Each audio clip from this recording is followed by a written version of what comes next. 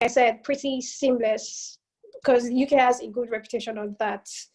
I would say so, actually.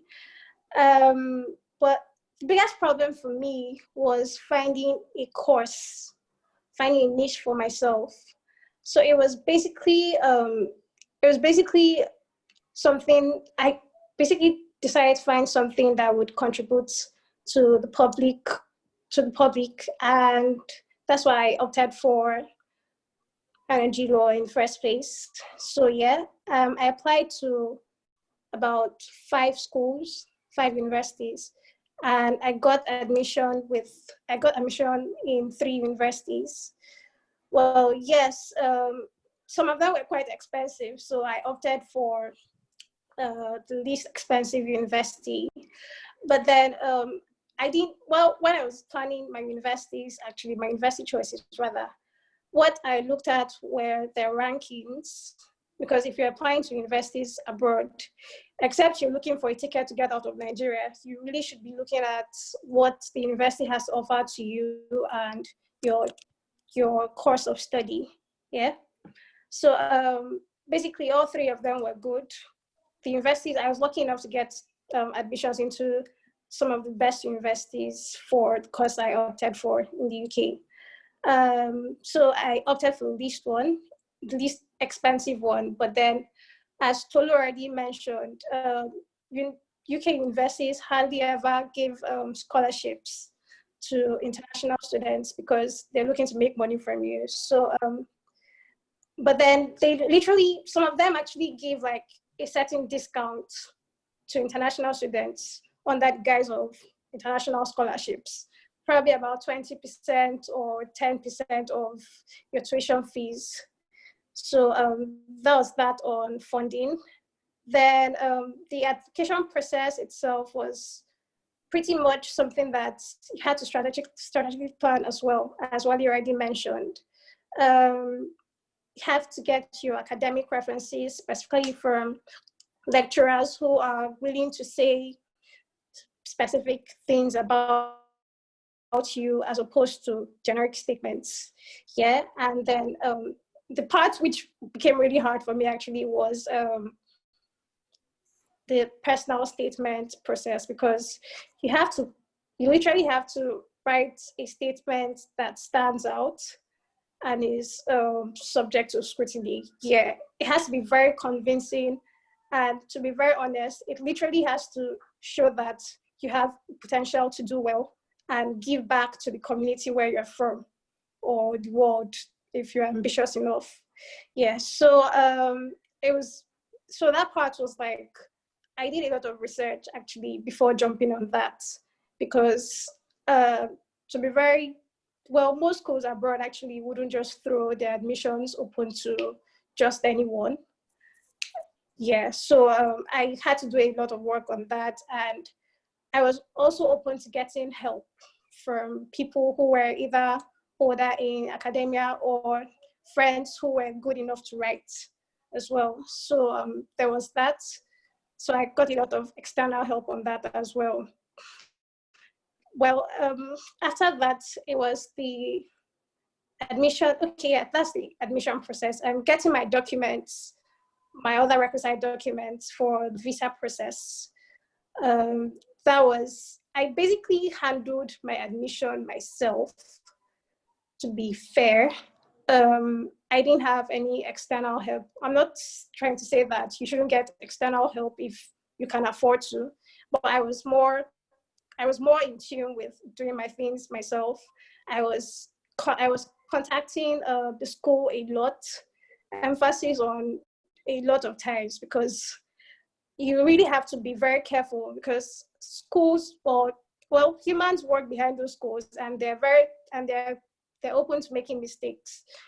So in the UK, there's something that you're given that basically guarantees you the right to apply for a visa. It's called confirmation of acceptance of studies. And that's like the final document you're given before you can go ahead to apply for a visa. And if that document has any issues at all, even if you succeed at the visa level, you're going to have problems getting into the country upon your arrival. Unfortunately, there were like a few errors on that document, but then because, like I said earlier, I was very, very, very close to my admission process, the entire admission process. So I was able to spot out the mistakes that were on the document, and I had that rectified in good time.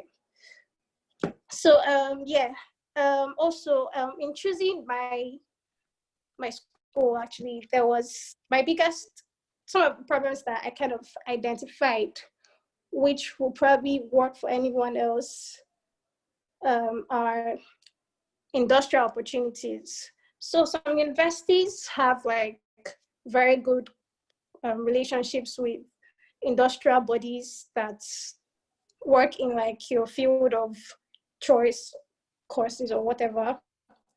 It's very important to look at universities who offer those opportunities. So you're literally killing your academic experience, and at the same time gaining industrial opportunities as well. So during my postgraduate course, or postgraduate experience rather, I was able to become very close to a professor who literally encouraged me and put me in that line. And I was able to go for conferences abroad, outside of the UK, to be specific here, and also write articles for those conferences, as well as get an associateship with one of the industrial bodies that I got in contact with. So my experience was basically, I would say it was very beneficial, because I think I became like more exposed after the entire master's process, and I'm looking to do a PhD right now. So fortunately, I've gotten admission into a few schools, 3 actually, to be not a few, just 3. So yeah, and at the same time, I'm also looking out for scholarships at the moment to see if if I'm lucky enough this time to get a scholarship. That would be really nice, to be fair. But for now, I just have self-funding options. So yeah, there's the industrial opportunity parts. I would also like to say that anyone who's looking to study abroad should consider the cost of living in their area of choice. Some places are actually more expensive than you probably expected that to be. And if you're on a scholarship, or even if you're self-funded, you would have to be putting a lot of money. I'd say scholarship students are probably even better off than self-funded students, because you're literally getting money from your parents, and then you have like a minimum amount of money to spend at a time. So it would be wiser to find out what living there is going to be like, standard of living, down to your rent, and even food. Well, there's that, and then there's safety and overall welfare in the area where you choose to study. It's, well, to be fair, not loads of places, but there's some places that are kind of hostile to like Black people, and are probably not even safe generally to whatever kind of people live there. So it would be very, very beneficial to you if you do like in-depth research into the area you're going to, instead of just jumping into any school at all because you want to leave Nigeria. Yeah, so that's that for now. I think I'm done. Thank you so much, Azomta. You touched on a lot of issues that had not been discussed, and that was really helpful. We have one question from Kodri Ajibade. If you would unmute yourself and ask your question. All right, good afternoon. I have the question too. Hold on, please. Let Kodri ask his question, and when he's done, you can ask your question.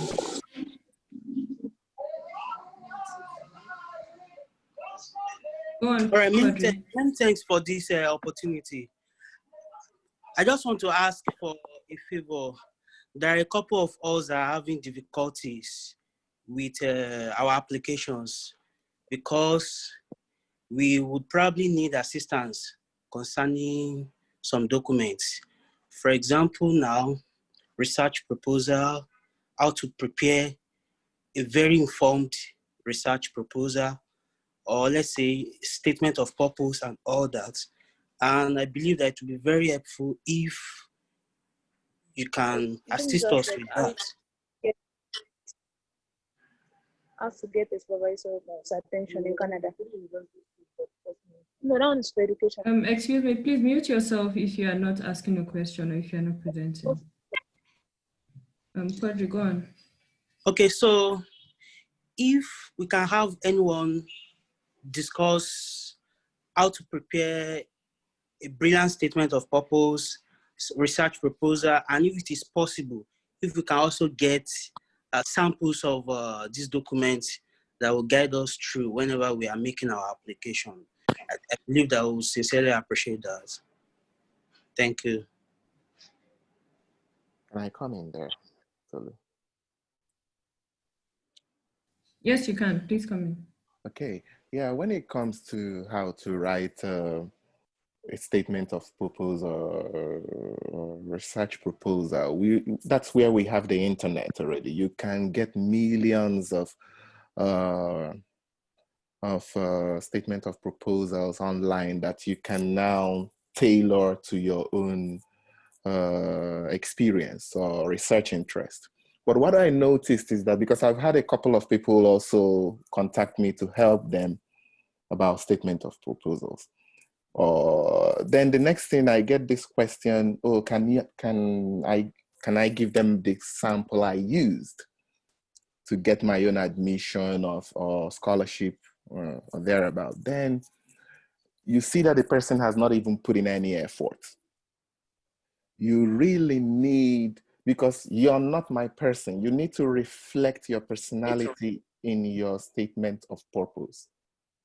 So what people like us who have been privileged to go through this process can offer you is that, okay, you put up a draft, you send it to us, we can now look at it and say, okay, take out this line, phrase it like this, because it is important that it is tailored to your personality.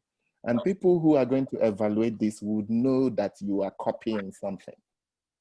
I mean, I can tell, even though when it comes to academic qualifications, I'm really low in the CADA, but I can still tell when something is not original.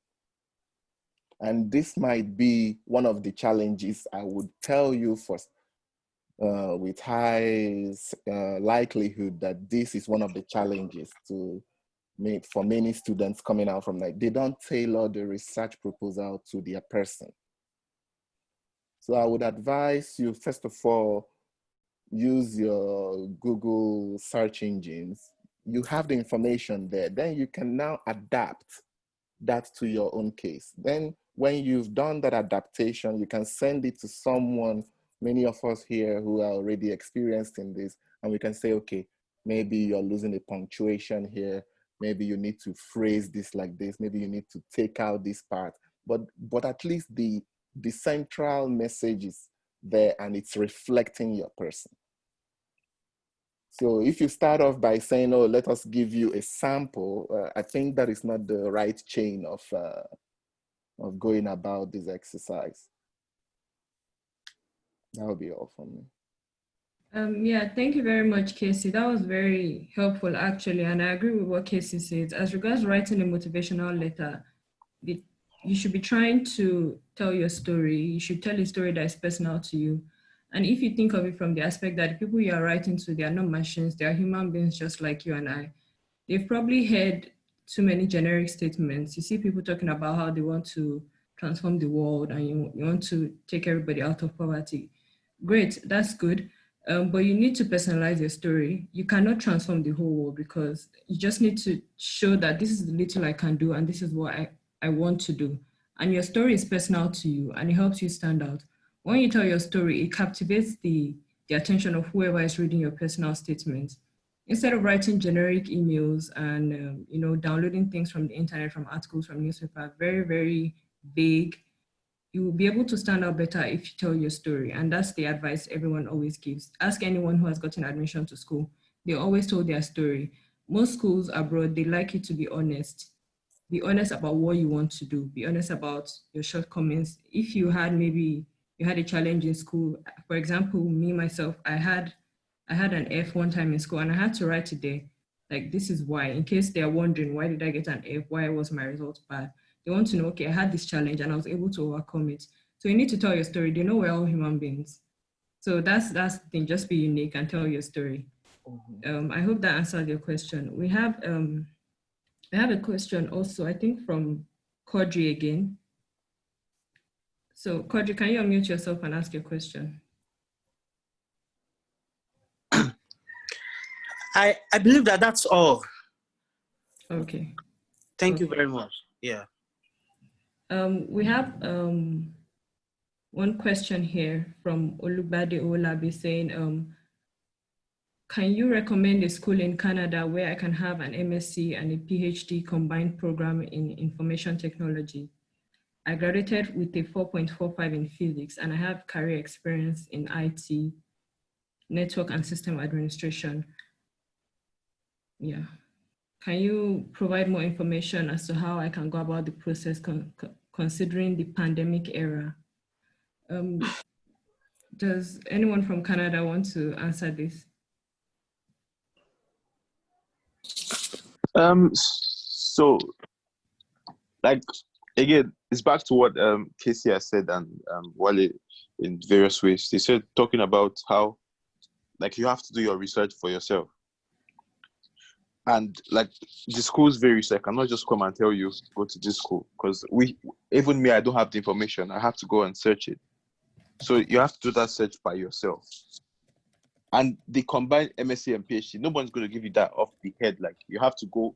You're not, if you go to research, you're not just going to find it somewhere on the side. It takes hours and hours of work to find these things. And it's part of what everybody has been saying about how, like, you have to put in the work yourself. So concerning your statement of purpose, you have to put in the work yourself.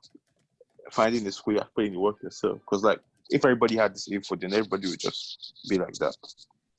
So, yeah. Yeah. Thank you very much for that, Wale. That's very true. A lot of questions here, you realize that if you just go on Google and do a Google search, you'll find the answers to most of your questions. I think the challenge with most Nigerian students is that you want everything to be handed to you on a platter of gold. You want people to literally feed you and put the food in your mouth and even chew the food for you. And I'm not saying that to diss anybody, but it's the truth. A simple Google search will answer most of the questions you have. You see vague questions like, oh, I want to apply to Canada. How do I go about it? That's very vague. That's really very, you need to have specific questions. Have you gone online? Have you checked what subjects the school has to offer? Have you checked what scholarships they have to offer? Have you emailed any lecturer? Have you emailed any professor? Sometimes you need to put in the effort. If you really want something, you need to put in the effort. And you need to know that nobody's going to spoon feed you. We have one question for Azomta. I would say Azomta because the question says, like, how were you able to manage, because you funded yourself, how were you able to manage going to school and working to fund your tuition and your other expenses? Was the work you are doing able to cover for your expenses while you were schooling? Okay, so yeah, pretty much I was funded like by my father, yeah. So my tuition was taken care of, but then I basically covered my maintenance in the UK myself. I was lucky enough to actually get a decent job, which paid some money, which paid a reasonable amount of money to cover my rent and feeding, which was mostly what I was doing anyway, and my bills as well. So, well, the UK gives you like 20 hours to study, to actually work rather, pardon me, to work in a week. So you have 20 hours to work in a week during term time, and term time is literally when school is running. And then you're allowed to work up to 40 hours during holiday. But I wasn't very fortunate enough to take advantage of the 40 hours because it coincided with times when I had to do a lot of schoolwork, my dissertation.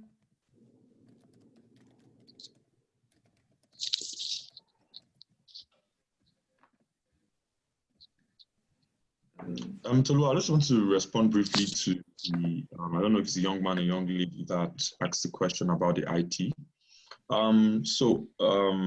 Fermi and Tolu, I agree with your point concerning the fact that many times you need to do the personal research. The beauty of the thing is I find out that many times also there are informations that we might not necessarily even get on Google.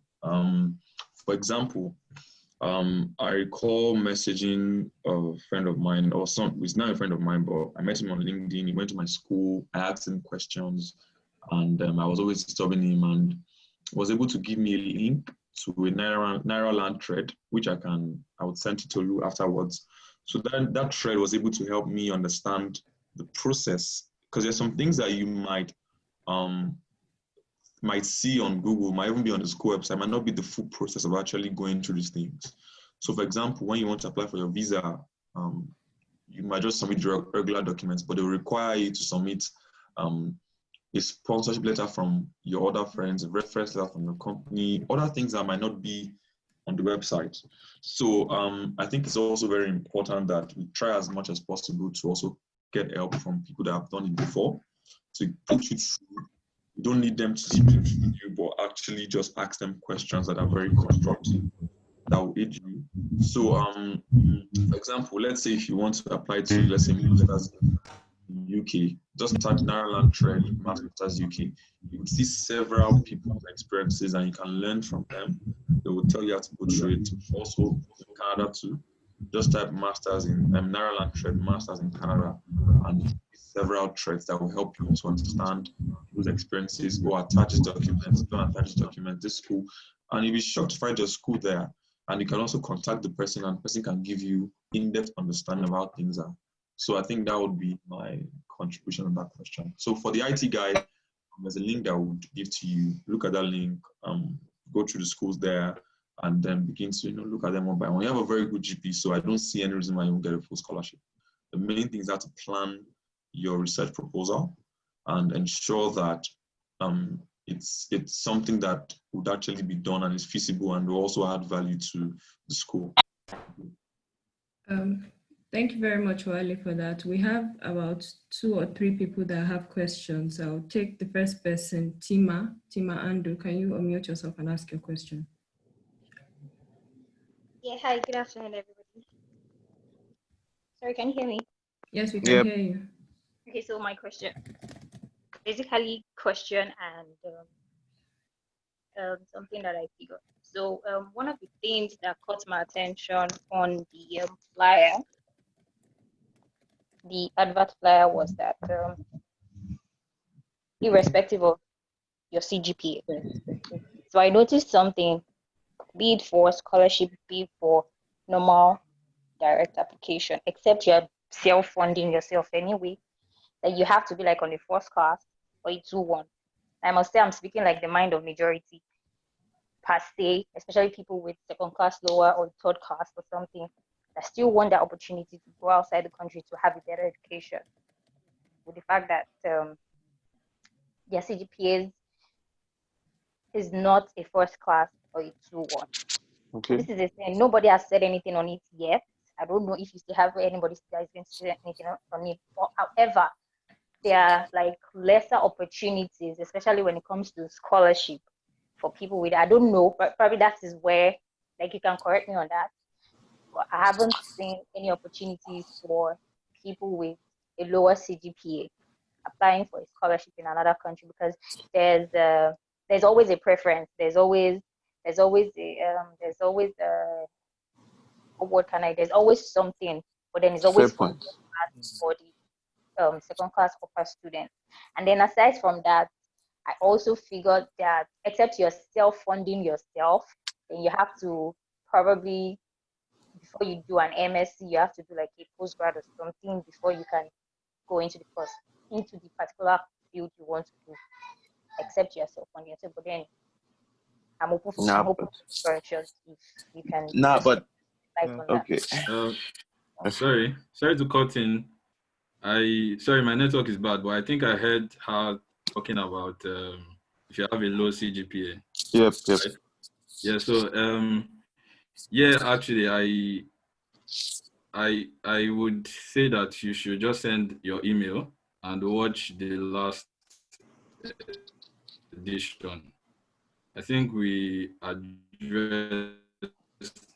kind of addressed that part last time, and I'm still working on getting GPAs. Of course, it is very difficult. You know, where for a first class student it will be easy. For a 2 or third class student, it's going to be like 5 times harder. So it is, yeah, it's very hard, but it's not like it's impossible. There are still people who have stories of, you know, doing well even despite the grades. So if you just send your email, I'll send a recording of last week and then some useful links that you can use. Laulu, can I add something? Thank you. Yeah, thank you very much. Thank you. Okay. Yes, Fermi, go on. Yeah, so like I hear you about your low CGPA, but like your CGPA is just a part of you. Like if you have a low CGPA, you have stuff that you can also sell to your school. That's what the statement of purpose is for. So let's say you have like a CGPA is just one part of your education in school. Let's say you were president of your, as Wale said, you're president of your law school union. You have gone to conferences. You have shown yourself to be somebody that wants to do something. It reflects when you write. Like obviously your CGPA, that's why they don't just ask for your statement of results from your school and all that. They ask for a whole of documents because the human being is just not just a number. There are many reasons why you can have a low CGPA. So don't be discouraged because if you have a low CGPA, just do not then give up, and you have to compensate in that area. It's just like having you might be bad in one area, but then there must be compensation in the other area. So just like what I said, you have to do stuff that compensates for that low CGPA. My school gives scholarships people that have that worked in community service there are 2 reasons why my school gives a scholarship: whether you have good grades or whether you have a great you contribute to society. So it's not just numbers. That's why they don't just say send your CV or your statement of results. You are a full human being, so you can compensate. You just have to be able to reflect this when you write. Yeah, I'm done. I also give a comment on that briefly. Yeah. Just in a minute. So you've raised a very, very important question. Very good for raising that point. Like Fermi said, it's very important that you understand your GP is just a part of you. So there are 3 ways you can sell yourself. So see your admission as a marketing action. You're trying to market yourself to the school, telling them that you're the best person. I'll give you a very good scenario. So Shade had a 3rd class from university, wants to do a master's in a very good school in Canada. And she's doing a master's in, let's say, mass communication. And she's currently selling human hair. That looks like, first, you don't have a corporate job experience. How are you going to, use that to boost your, because there are 3 ways in which you can argue for a scholarship, even if you don't have good GP, e.g. your work experience can make up for that. Also your leadership qualities, and last one, your contribution to the public service. So what would I do in that particular kind of scenario? I would, first of all, try to look at 2 things. I would reach their emotions, and I'll reach their intellect. So I would say, for example, I'm an orphan. I've been able to fund myself through school. That justifies why you're the 3rd class, because you're working while you're schooling. So justify your low GP. The next point you want to do is to be able to bring in something novel from what you're currently doing. You can talk about how you want to be the first person to manufacture human hair in Nigeria. And from your current particular position, you've been able to gather all finances and yada, yada, yada. That way, you are showing the person reading your admissions committee that you are a different breed. You do not have these educational skill sets at that particular point in university, but you're willing to learn that particular aspect of your life and change it. But your current human hair selling has been able to gather or get you the experience that you need to be a good mass communicator. I talk to people on Instagram. I set up a website. I've been able to increase my selling from 20% to 100% in the space of 3 months. Once you give those kind of details, the person reading it sees that you're a serious person. And just because you have the low GP does not mean that what you're a failure. So try to do that. And the other links that would give you would also help you. Thank you, Wale. Before you go, we have another question for students in Canada. So someone is saying that he wants to know how to go about finding a supervisor in Canadian universities, because most of the time when they contact a supervisor, which he or she has done severally, they usually respond by saying that they are not currently accepting students, and they want to know if there is any other approach to getting a supervisor in Canada. This is a soil science student. Okay, so the thing is that some supervisors are actually not lying to you. They're not currently accepting students because it works in 2 ways. There are supervisors that sponsor their students, and there are supervisors that get sponsorship from the school, but they need to have an availability. So they have a quota of students they can actually take on that particular semester. So what you want to do is this, very simple, is that you check the website first, and that's where we've been saying to everyone, check the website. Casey said that the website is your first go-to point. It will tell you the supervisors that are available at that particular point in time. So you want to look at that particular supervisor and see if they are available or not. If you can't get details on that, email the school, the admissions office, and try to get details out.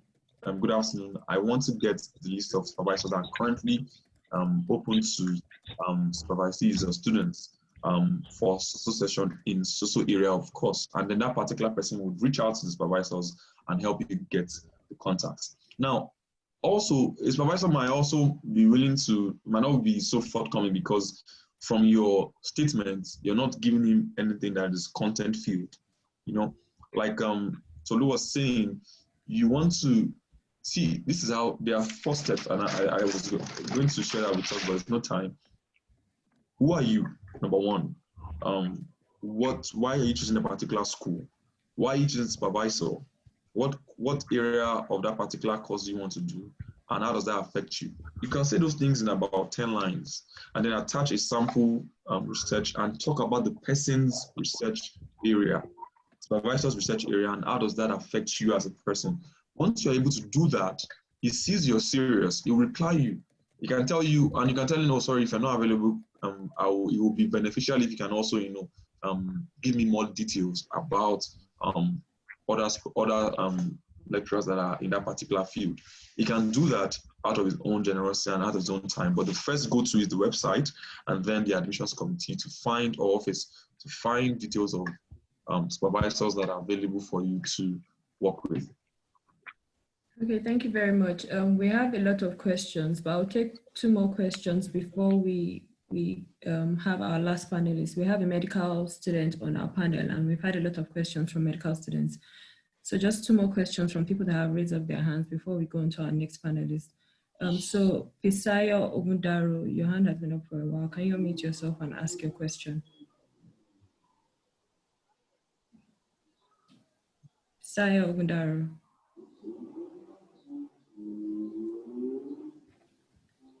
Okay. Okay, if Isaiah is not available, Joshua Shita.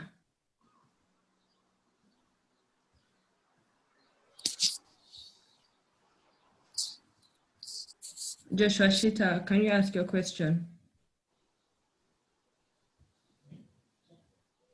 Okay, no, if none of these people are available, the last person whose hand was up is Sharon Adebi. Okay, good afternoon. That's it. My question is, actually, I'm a child student and I'm studying economics education. So my second year, I knew I wasn't going to study economics for my master's. So my third year, and I finally knew that I was going into agriculture because I was into it. So I decided I'll be studying agribusiness.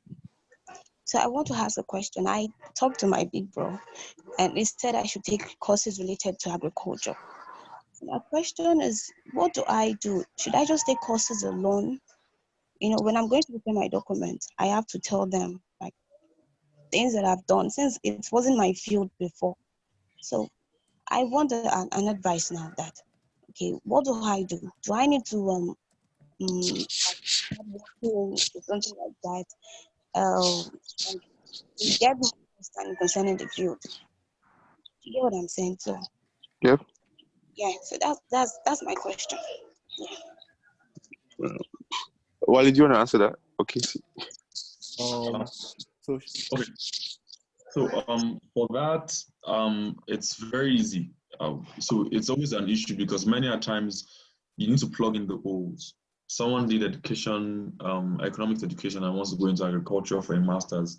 You'd have two issues. Even if they give you your scholarship, your admission, the visa guys are going to deny you because they don't find any correlation between your experience and your master's.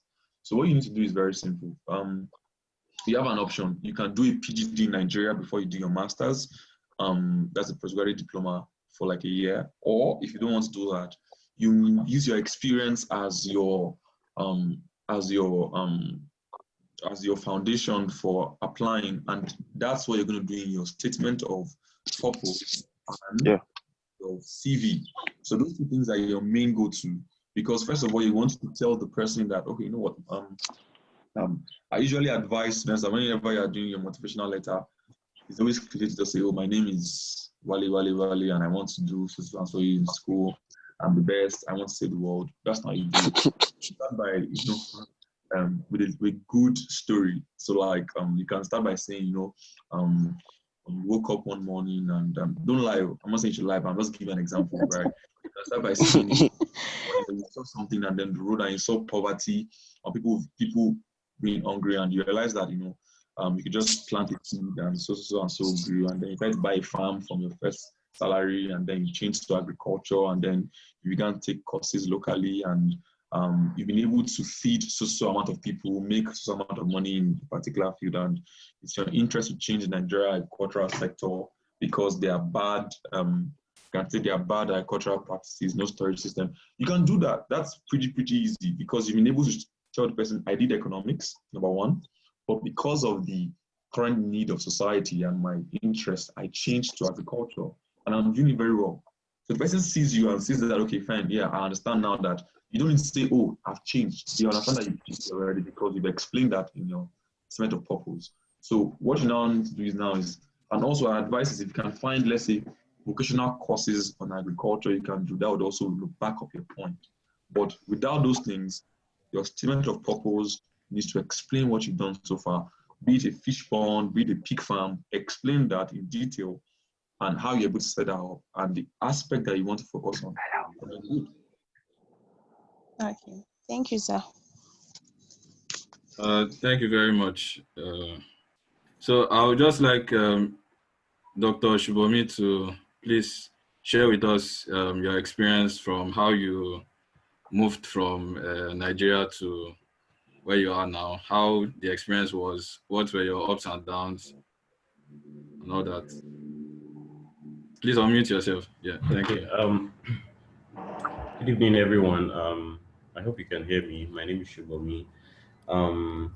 So first off, I am still in Nigeria. I think I should make that clear. I have an admission, however, into two universities. I'm still, for sake of reference, I just put out Stanford because I needed, Tolu needed something to put up there. I applied to two programs, Stanford and University of Chicago, and got admitted into the two of them. Well, because initially I was kind of reluctant to be a panelist because unlike some panelists who are already enrolled in their programs, mine is supposed to start this fall. So I was thinking maybe it would be a better idea to wait and all of that, but I realized that at every step, no matter like as far as you have made some progress, there are people that can learn from the progress you have made. So that's what made me open to sharing, even though I hadn't told. A lot of people were surprised that, oh, so you actually got an admission and all of that. And so it's okay. So thank you again for the opportunity to share. So for medical guys, and I'm going to focus on the US because I do not know much about the UK and Canada. I just know you need to focus on the US. Um, our situation is kind of peculiar for guys in medicine and health related fields because those are fields that you can easily transition to other countries without necessarily having a postgraduate degree.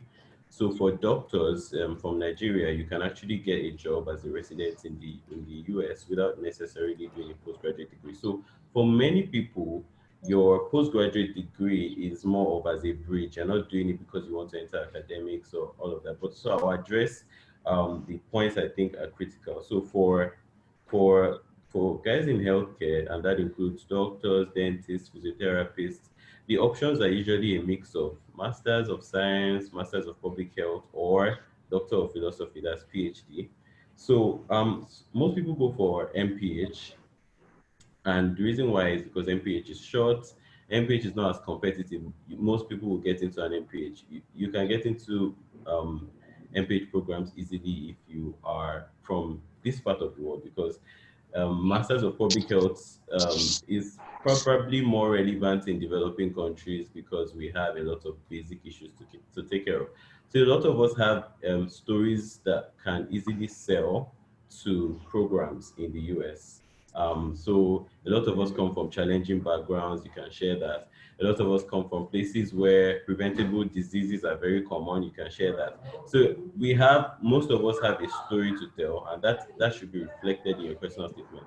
I would jump the gun by saying that okay, a lot of people think that your personal statement should be a like a fleshed up CV. A lot of people just make their personal statements like you're adding more flesh to your CV, but that's not what it should be. I'll go into that into if I have time. I don't know if it has been discussed. Again, I'm sorry for coming late to this meeting. It wasn't planned.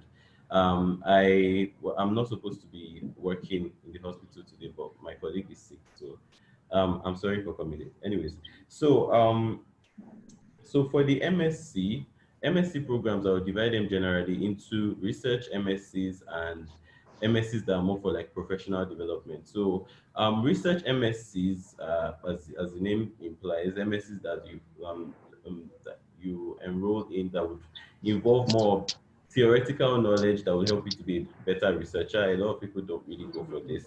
Then you have the PhDs. So if you're really focused on funding, as someone in the healthcare field, if you really want to guarantee your funding in the US, then I would say a PhD is best for you. Like if my admission into Stanford it didn't come with a full funding. They don't even have funding for master students. The funding that they give to master students is when you become a research assistant.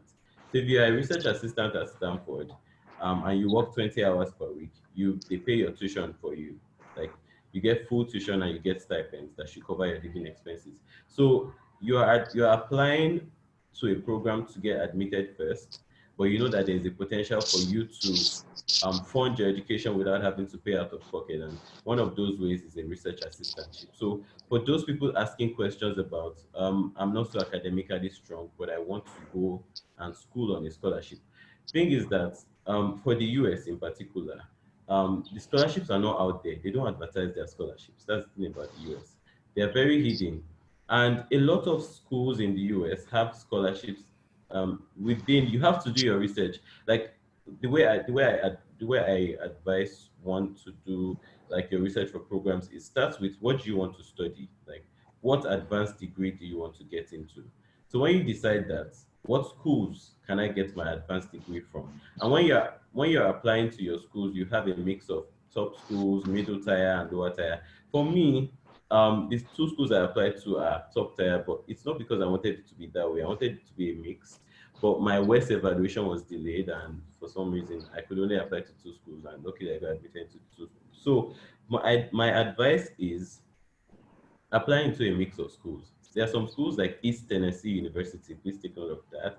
East Tennessee University, University of North Carolina, Texas, schools in Texas, right? Generally give very good funding. Like they can give you up to like 75% tuition cuts. I didn't apply to those schools even though I wanted to, but that was because some things were delayed. So so if you're really like not you're not really picky about schools, you just want something to bridge, I would say you should apply to the lower tier schools. Those ones will give you more scholarships, and those ones would give you more research assistantships. So for University of Chicago, I got a research assistantship. For Stanford, I'm still on the matter, so like you can say it like that. So then for PhDs are really competitive. It's really hard to get into PhDs in the US. So if you're looking at getting into a PhD, don't look at big schools so much, because those big schools are tough enough to get into for masters, talk less of a PhD. Um, what else? So let me go into like the critical things to have. Let me see if I can share my screen briefly. Okay, so for so this is it. So for guys in medicine and healthcare related fields, this is like a summary, one-page summary. I don't know if you can see my screen. It's like a Yeah, we one-page can see your summary screen. of things that you should get. Oh, yeah, thank you. So your transcript and certificate, your CV should be ready by now. For US schools, most schools start in the fall, and fall applications begin around September. So your CV should be ready by now. And when you've researched the schools that you want to apply to, increasingly schools are scrapping GRE, but your school may still need Now GRE. put So the it's something you audio. may want to check. Needs to be muted. Please play music.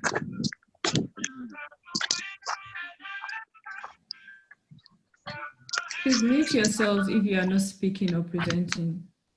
Thank you. All right. So so the standardized test rather, GRE, high scores are good if you want to get scholarships. Candidate statement. So you can start writing your personal statement now if you know the course you want to apply to. West evaluation. You should look up that. It's something you want to start at least 3 months in advance if you want to get into a year school. Although not all schools require West. Stanford does not require West, for example. Then you can start reaching out to faculty. So if you want to have a good chance at getting a research assistantship, you should try to establish connections early on. And how I suggest you do that is look at what area of research are you passionate about. Go and read articles. Then look, okay, so the schools you apply to, let me take it another way. The schools you apply to, usually their faculty members would have research profiles below them, right? So look at the research that the faculty members have published and read a number of their projects. Read like the big projects they did. Understand it and send them an email. Tell them that, okay, I mean, you're so excited about their work. You like what they did with this project. And the reason why you should do that, or the reason why that is a good strategy, is because one, you're reaching out to them first out of interest. You're reaching out to them out of a scholarly interest. You're not saying, hello, I need a job from you. Please give me a job. I need a research assistantship. You're saying, I like your research and I want to get to know you better. Scholars, professors don't really get appreciated often because of their research. You don't see them on Instagram bragging about the research profiles they have, the research studies they have done. But when you reach out to them as a scholar and you're telling them like you like their work, they really appreciate you and they want to know you better. And when you now get admitted into that school and you're asking for a research assistantship, because you have to many times reach out to individual faculty members for assistantship positions, they'll be happy to give you one. And that is a way for you to fund your studies if you don't get admitted on a full ride. So for Stanford, specifically, there's a scholarship called Tennessee Scholarship. It's a full ride and it's open to anyone around the world, but it is madly competitive. This year, there was no Nigerian graduates in it, but I know that last 2 years we had one. No, last year we had two, and the year before that we had one. So it's, full ride scholarships are not things that you would say like, because you applied, it's going to happen. It's probably not going to happen, especially for the US. You're probably not going to get a full ride. And I say that because it's just probabilities, basic probabilities. So you have to work on the things that you can control. So getting an assistantship for the US is something you can actually push. with your effort and your like networking skills, you can actually get an assistantship. So partial scholarships, very popular in the US. Um, you can get that out of a good undergraduate like um, CGPA. That's just one aspect. Good GRE score. So if you don't have like a great CGPA, a lot of us in medical field don't use CGPA, but if you don't have like great scores, you can use your GRE to kind of show that you're still smart. Like you actually have brains, but somehow your school was not kind to you. So your GRE is more like an aptitude test. So if you do well in your GRE, you can definitely show them that, see, you're good for this. Publications, I cannot stress publications enough. If you want a graduate assistantship, it would be so great if you have publications, because then the faculty know that you can do research, you have some skills, and it can even give you a scholarship, like a big scholarship. So I think that's like a summary. I think I have 7 minutes, and I think I've spent more than 7 minutes already. That's basically a summary of what I have to say.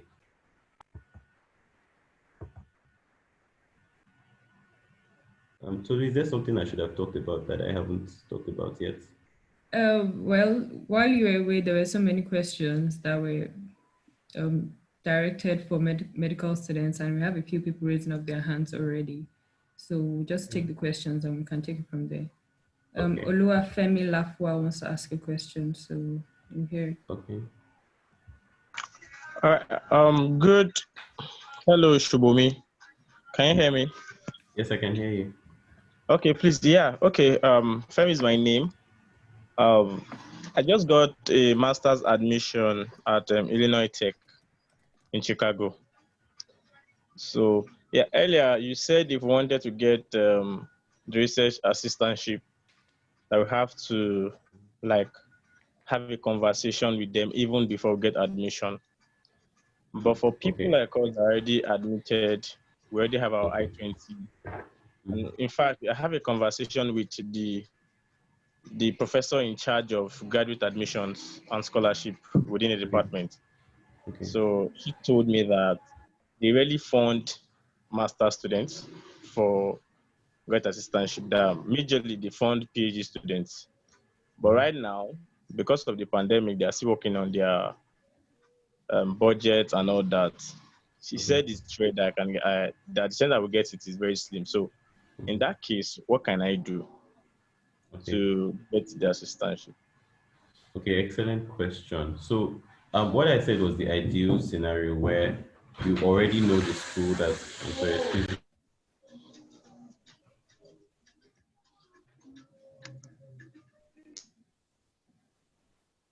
Shibomi, you're muted. Okay, I think Shibomi is currently at the hospital, so he was distracted a bit. Sorry Thank about you. that. No So problem. that's a great question, Femi. So schools vary. That's why you should research your school very well before you apply. So what I explained before is the ideal case, ideal scenario where you do like your work ahead of time. But if you have an admission already, it's not too late to reach out to people. Your school is probably resuming late September, I guess. So you can still reach out to professors and try to leverage on the network you have already. If you have lecturers in school, in your own school, they probably have done collaborations with people in other countries. Tell them to reach out to their colleagues in the US that, okay, you have this guy, he got an admission. Can you give this guy an assistantship? Like that can really do a lot for you. For me now, I did an elective when I was a student. I went to University of Chicago for an elective.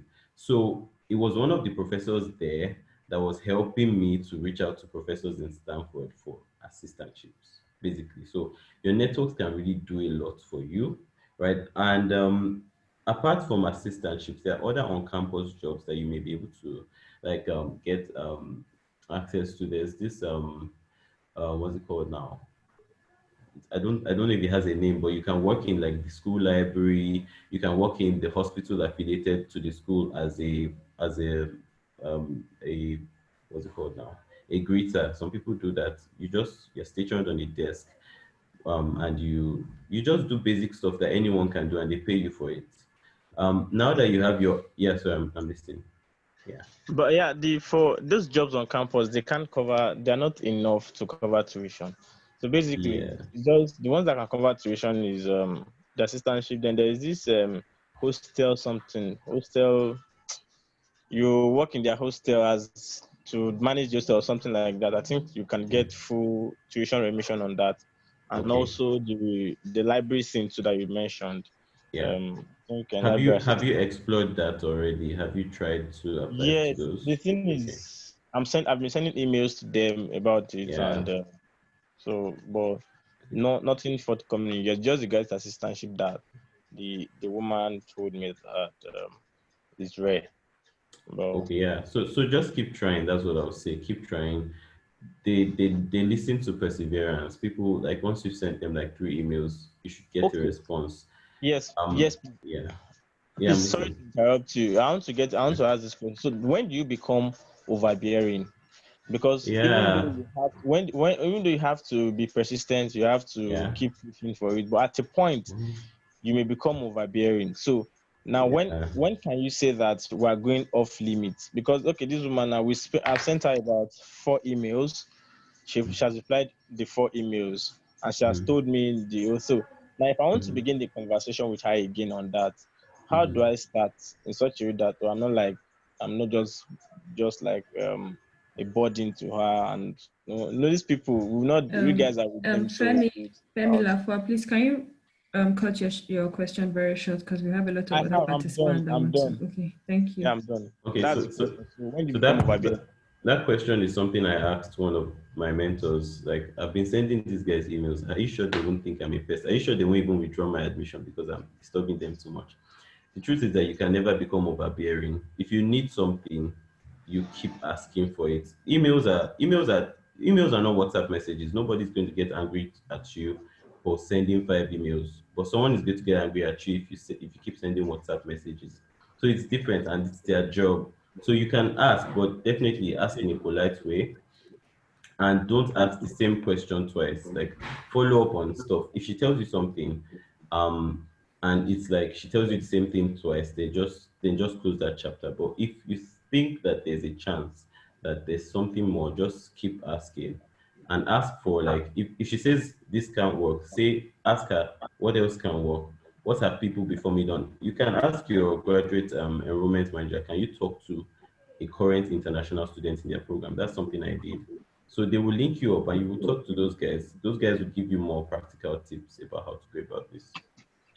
Okay, okay. so we Thank have you. 2 more questions before we round up this session. We'll take Chidima. Please make your question very, very short and straight to the point.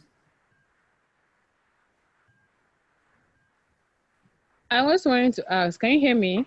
Yes, I can.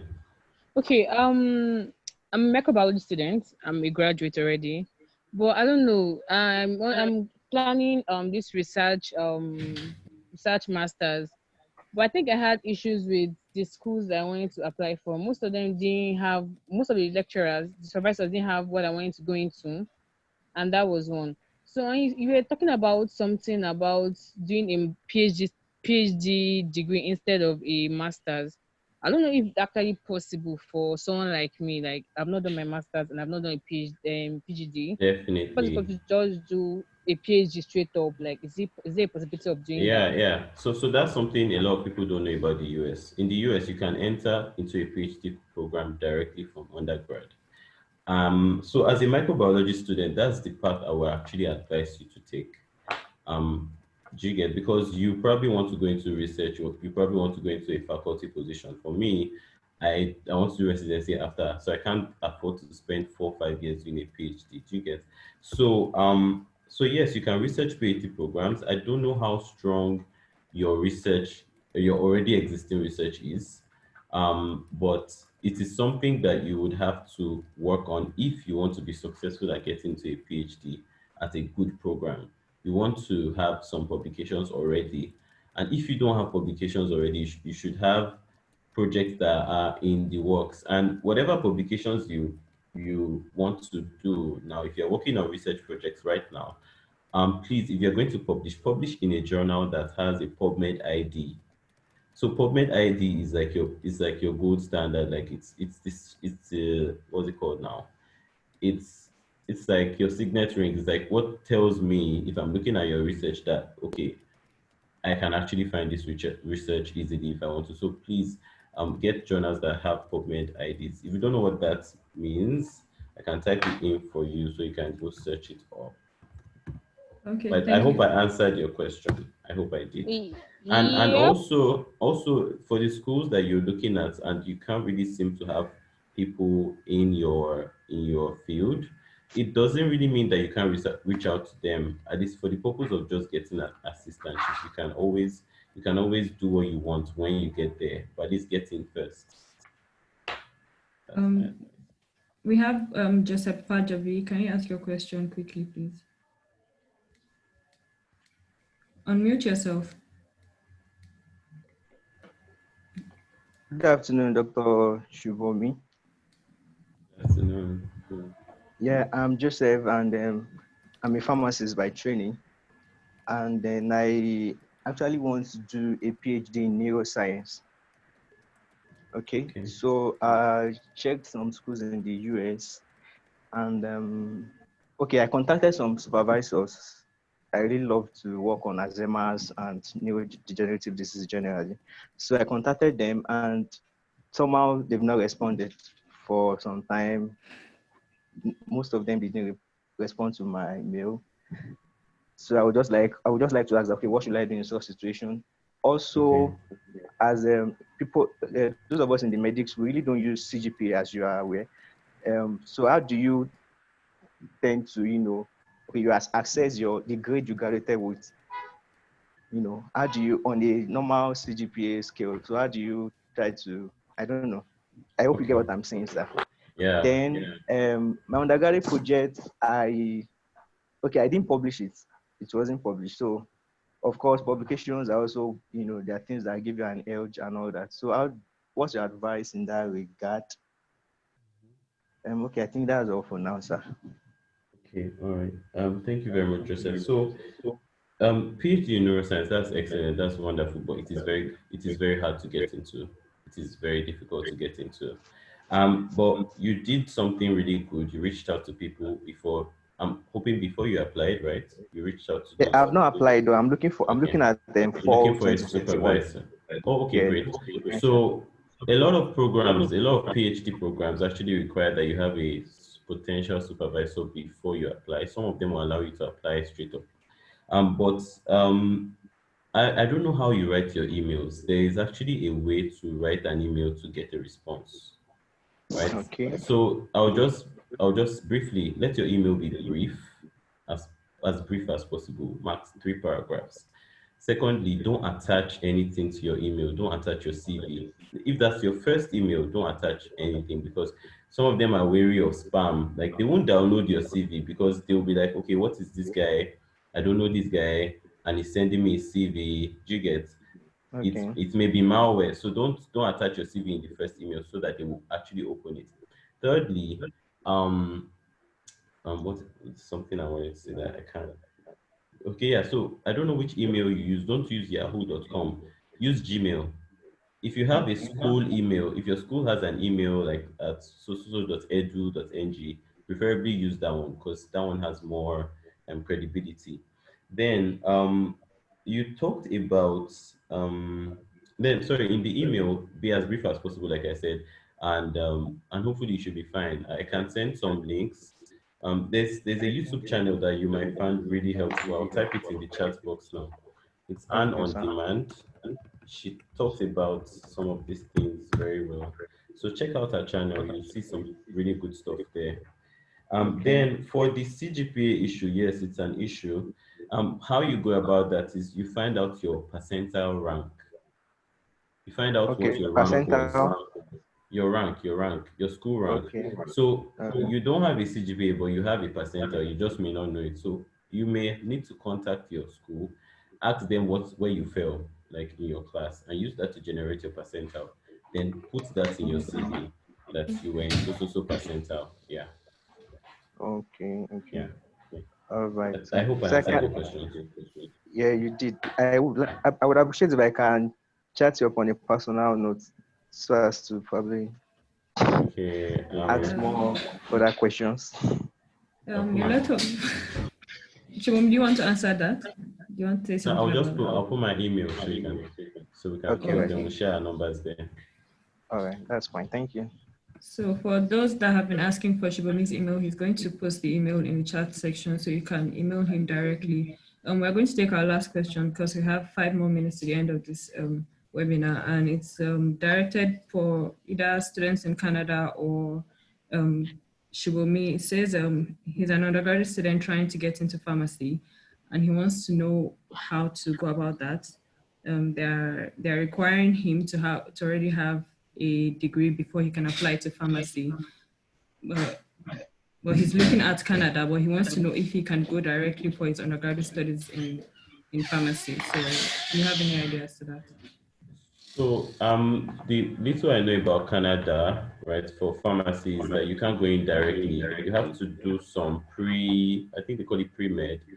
I think you'll find this information if you do a good search. I don't know how thorough a search you've done, but find out, like, check Quora, check Reddit, check all these places where people chat and put like practical stuff. Check the schools you want to go to and find out the requirements. Email their program coordinators, like, what do you need to have? Then you want to probably write your English proficiency exam now, if you're thinking of next year. Write your TOEFL or your IELTS. What else? I think with that, you should find a way. I think you should be able to do it, really.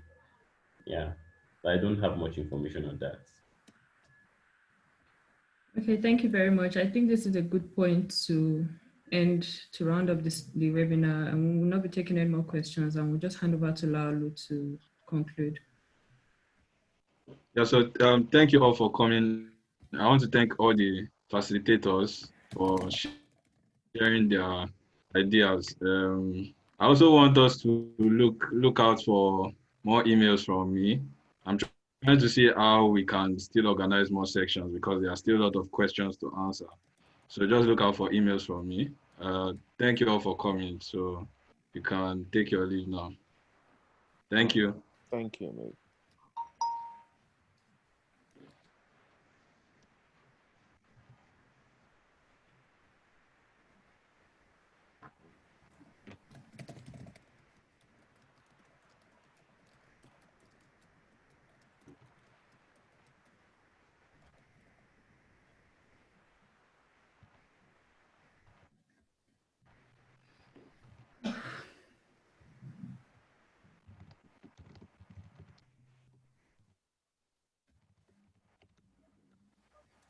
Sorry, please. I didn't get Dr. Shibomi's mail. What? So I decided to send it to people that requested. So if you check your private chat box, you see my email there. Okay, right. Is that Thank okay? you. That's fine. Thank you.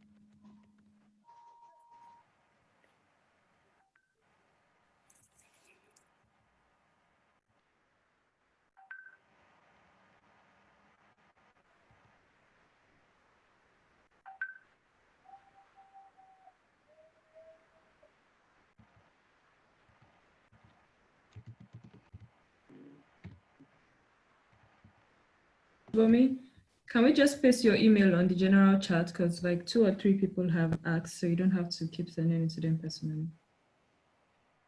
Thank you.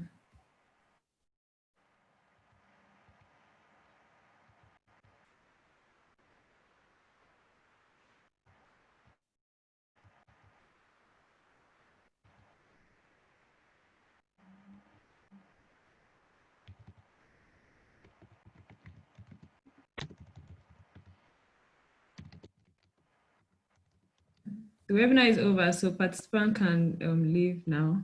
I can still see a few people here just looking. Few. There are like 37 people here. Few. I guess some people have forgotten that they're even logged in. So at some point, I will just remove people.